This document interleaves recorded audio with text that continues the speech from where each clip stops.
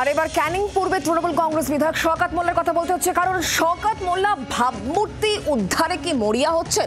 এবার তিনি কি করছেন, গ্রামে গ্রামে ঘুরছেন, নালিশ শুনছেন, গ্রামবাসীদের আশ্বাস দিচ্ছেন যে যা সমস্যার কথা বলছেন সেই সমস্যার সমাধান হবে, এই আশ্বাস বাড়ি বাড়ি ঘুরে কে দিচ্ছেন? শওকত মোল্লা।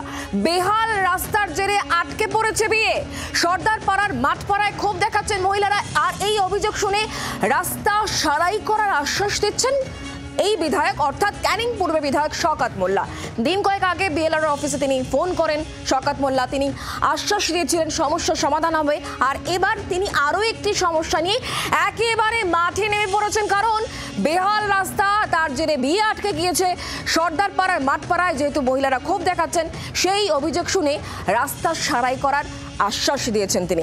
আমরা বিষয় নিয়ে আরো জানবো, কথা বলবো। প্রসেনজিৎ সর্দার এই মুহূর্তে আমাদের সঙ্গে রয়েছেন, আমাদের প্রতিনিধি টেলিফোন লাইনে। প্রসেনজিৎ, শওকত মোল্লাকে একেবারে অন্যরকম ভাবে দেখা যাচ্ছে, তিনি বাড়ি বাড়ি ঘুরছেন, সমস্যার কথা শুনছেন, সংশ্লিষ্ট জায়গায় ফোন করছেন, আশ্বাস দিচ্ছেন, একেবারে অন্যরকম।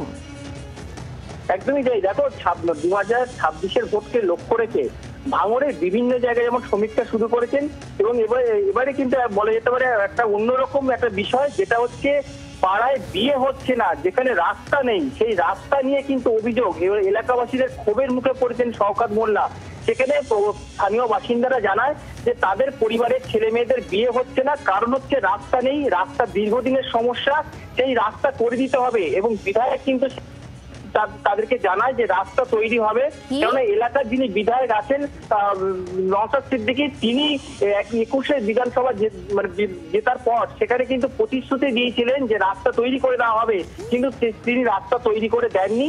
বিধায়ক সেই রাস্তা তৈরি করে দেবে বলে কিন্তু তিনি জানান, এবং সেই নিয়ে কিন্তু এলাকায় যেমন প্রথমে একটু চাঞ্চল্য শুরু হয়েছিল, তারপরে এই বিধায়কের প্রতিশ্রুতি পাওয়ার পরে এলাকার বাসিন্দারা তারা কিন্তু সন্তুষ্ট হয় যে তাদের এলাকায় যে দীর্ঘদিনের যে একটা সমস্যা, সেই রাস্তা নিয়ে সেই রাস্তা কিন্তু তৈরি হবে। এবং তোমাকে বলে রাখবো যে এই বিধায়ক শওকত মোল্লা তিনি কিন্তু প্রতিদিন বলা যেতে পারে ভাঙড়ের বিভিন্ন জায়গায় তিনি সমীক্ষা করছেন, এবং বিভিন্ন এলাকার নেতৃত্বদেরকে নিয়ে এইভাবে কিন্তু। ধন্যবাদ প্রসেনজিৎ সঙ্গে থাকার জন্য। আপনাদেরকে জানিয়ে রাখবো তিনি বিভিন্ন জায়গায় যাচ্ছেন, ভাঙড়ে বিশেষ করে বিভিন্ন জায়গায় যাচ্ছেন, কারণ ভাঙড়ে তিনি পর্যবেক্ষক, আর ভাঙড়ে রয়েছেন আইএসএফ বিধায়ক নওশাদ সিদ্দিকী, যার সঙ্গে একেবারে আদায় কাজ করার সম্পর্ক তার।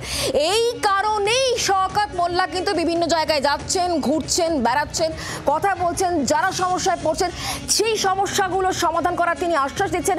একেবারে স্বয়ং বিএলআর অফিসে কথা বলেছেন, অফিসারদের সঙ্গে বৈঠক করছেন, ফোন করছেন, এমনই নানা রূপে শওকত মোল্লাকে দেখা যাচ্ছে। আর এবার বিয়ে আটকে যাচ্ছে বেহাল রাস্তার জন্য, শওকত মোল্লা কি করছেন, কি তার বক্তব্য শোনাই।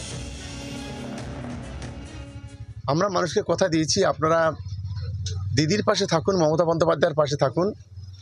আমরা নিশ্চিতভাবে রাস্তাঘাটের যে সমস্যা আছে বা মানুষের যে সমস্যাগুলো আছে সেগুলো আমরা মেটানোর চেষ্টা করব। তবে এটা একদিনে সম্ভব নয়, এটা একটু সময় লাগবে। আমরা নিশ্চিতভাবে এগুলো আন্তরিকতার সঙ্গে দেখব। বাংলার আওয়াজ, বাঙালির আবেগ, জি 24 ঘন্টা।